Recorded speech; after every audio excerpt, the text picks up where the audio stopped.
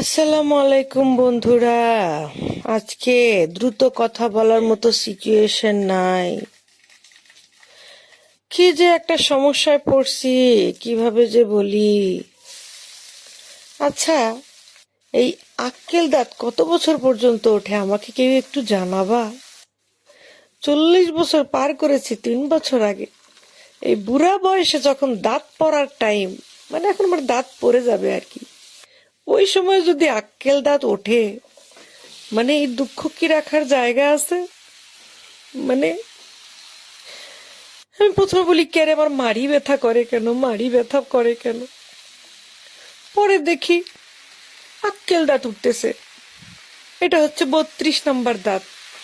কে রে, 42-43 বছর বয়সে 32 নম্বর দাঁত? আমার এখন কি দাঁত ওঠার বয়স? কোথায় বুড়া হয়েছি, দাঁত পড়ে যাবে। আর শালার দাঁত উঠবি তো উঠবি, উনি সোজা হয়ে না উঠেনি, বেঁকা হয়ে উঠেছে।